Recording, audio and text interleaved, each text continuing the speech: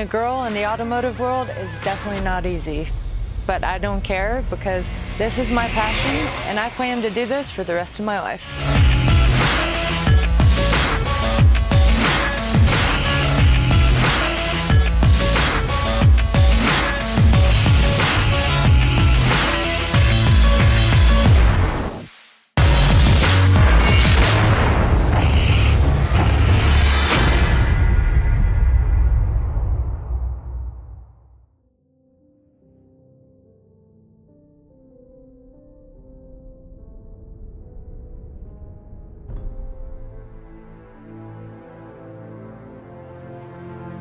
Why does speed fascinate so many of us? And where does one venture to experience it? Decreasing the time to travel from one location to another has been an ever-going strive of human beings. It has pushed the marvel of human engineering into striving to always go faster. The quest and demonstration to harness the speed using a human-engineered and piloted vehicle can be dated back to as early as 650 BC. It was at this time that chariot racing was added to the Olympic Games. But back to today, when our mission is to try and understand the human fascination with speed, and particularly those vehicles and destinations one goes to experience it. Now, experience is the key word, and to have this experience, you're gonna need a few things. First of all, you need the person. That's me. Second of all, you need the vehicle, which we'll get into that in a little bit. And the third thing, you're gonna need the destination, and this is where we begin. This fascination of speed has generated in areas all over the world for thrill seekers to experience speed. In Germany, you have the Autobahn. In Abu Dhabi, you have Yas Marina Circuit. In Japan, you have Mount Haruno-san, and the list goes on and on. But right here in America, there's a stretch of road that brings speed addicts from all over the world. This trip brings us to the Appalachian Mountains of North Carolina. Now, North Carolina is well known in the world of speed for having a large footprint in NASCAR. But up here in the mountains, there's an 11-mile stretch of road locally known as the Tail of the Dragon.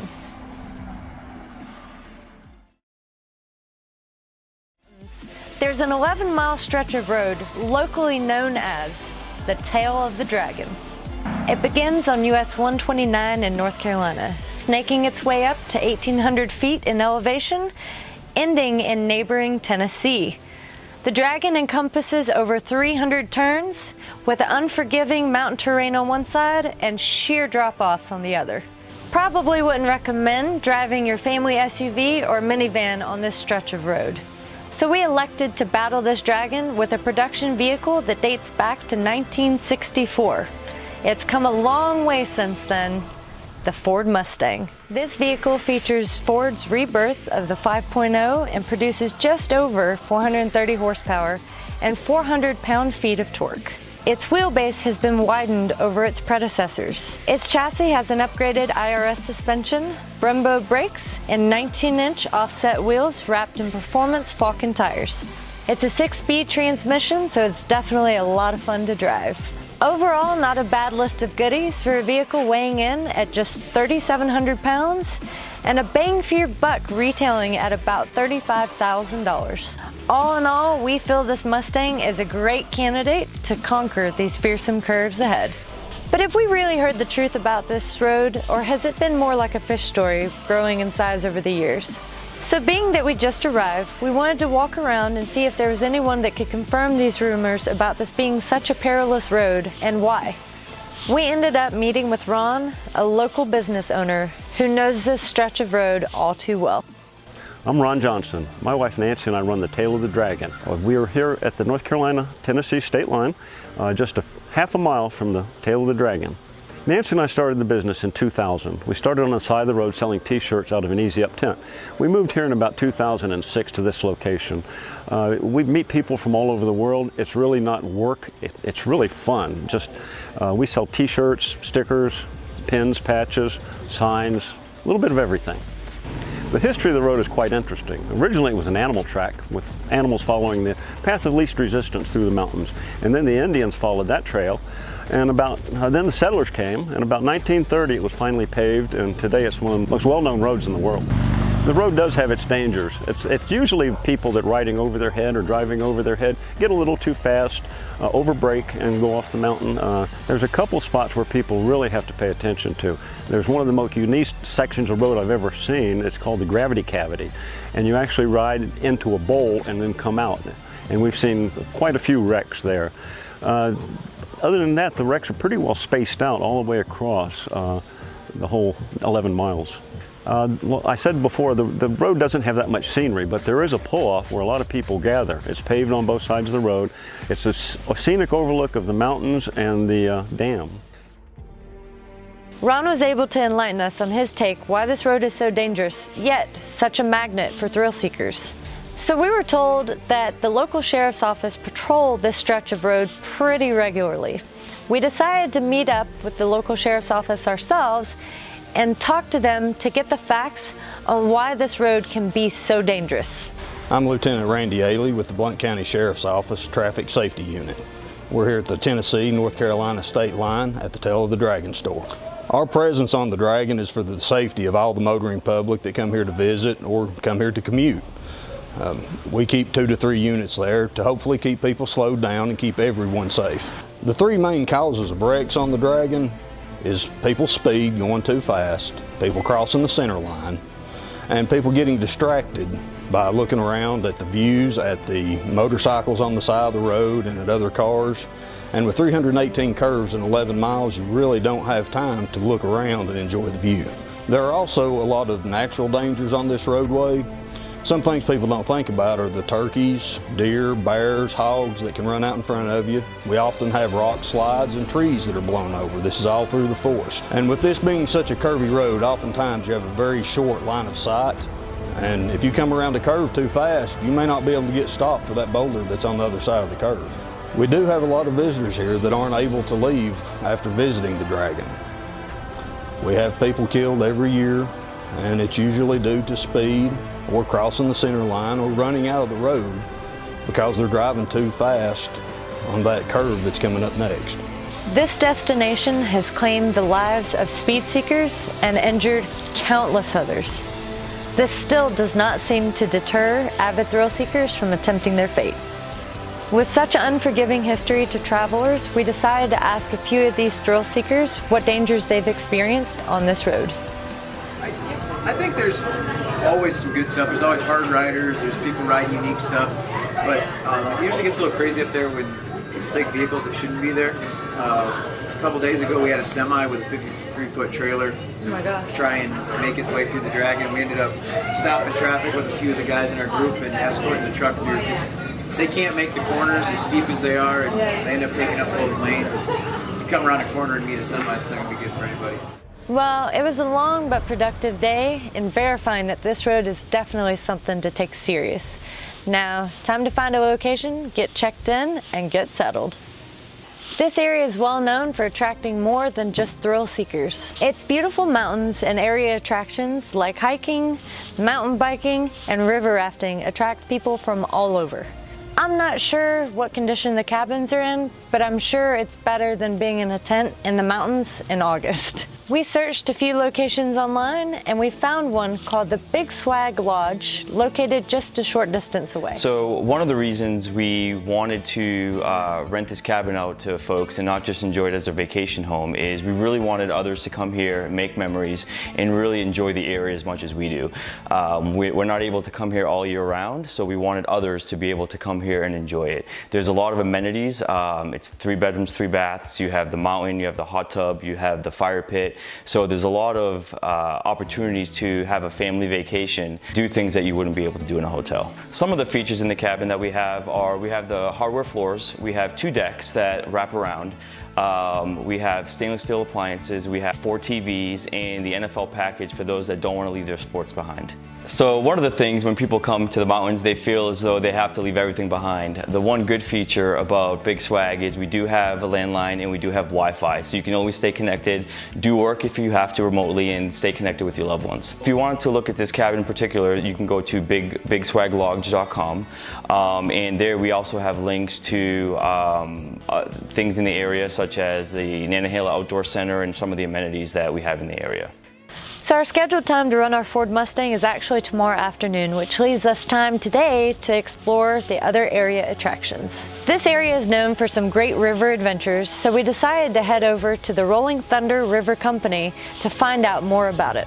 My name is Nick McCullough. I'm the river manager at Rolling Thunder River Company in Bryson City, North Carolina. At Rolling Thunder, we've been here since 1977. We are celebrating our 40th year in business. We're pretty well known for our safe trips down the Nantahala River, as well as our ability to take care of our bigger groups as well as our small groups. So when we call our trips, you're going to meet together. We'll do a quick roll call, make sure we have everyone here. We'll get you suited up in your PFDs. We'll go through a quick safety briefing to make sure everyone knows the procedures for on and off the water. We'll load you up on one of our big school buses and we'll ship you down to the water about 11 miles away. We'll float back 8 miles on Class 2 whitewater, and we'll return you back to our rafting center about 3 miles from there. So on the Nantahala River, you'll experience a lot of Class 2 whitewater, a lot of safe, splashy fun, beautiful views in the Nantahala National Forest. We take groups from all ages 7 to older adults. Expect to get wet, but have a lot of safe fun. After a safety meeting, we suited up and climbed on board for some speed on the water. Starting off, we were lacking in the speed department, but it was amazing to see some of the beautiful mountain terrain. However, speed quickly found us as we were paddling and dropping our way through the whitewater rapids.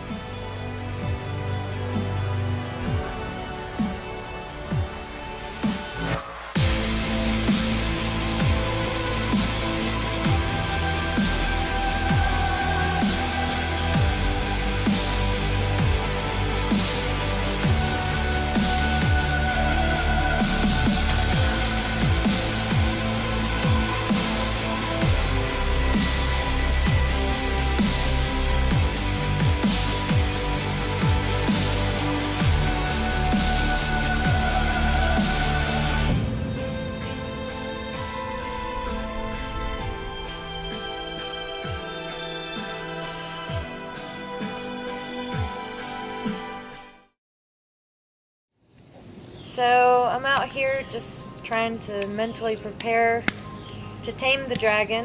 I've met a lot of cool people who have told me about some tragedies that have happened on the dragon with people losing their lives. And then on the other hand, there is some really good stories about how amazing this road actually is. Pretty excited to add my name to the list of people who have actually tamed the tail of the dragon. Today is the day that we face off on the winding beast of a road known as the Tail of the Dragon. Despite all the dangers that I've heard about this road, I'm ready to try my hand at taming this beast. We have everything bolted down and ready to go for today, so hopefully we get some clean runs. I'm a little bit nervous just based off of what everyone's told me, but I'm also extremely excited because I can't wait to tame the dragon. 318 turns in 11 miles. Mind blown.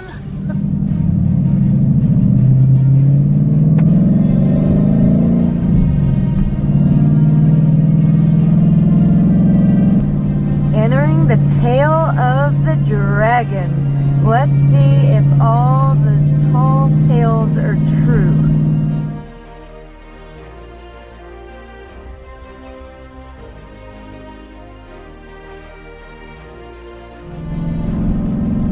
So we just started on Tail of the Dragon, and oh my goodness, there has been curves thrown at me already. Like, this is crazy.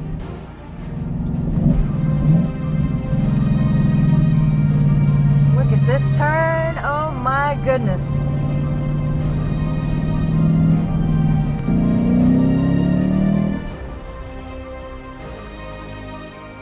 I've been on tracks all over the world and raced and and I've never had a road that has thrown me around like Tail of the Dragon.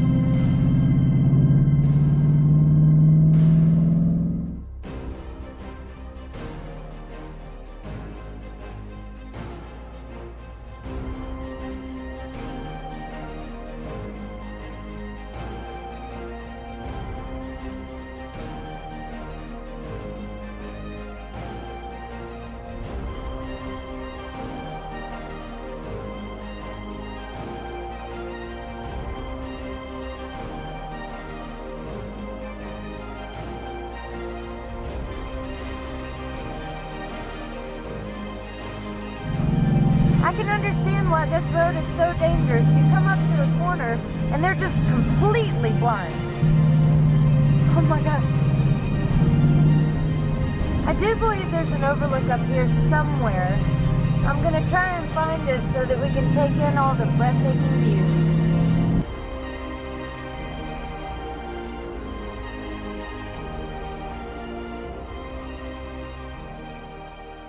So I'm stopped here at the scenic overlook at the top of the Dragon. As you can see, this is a great place to stop. The view behind me is amazing.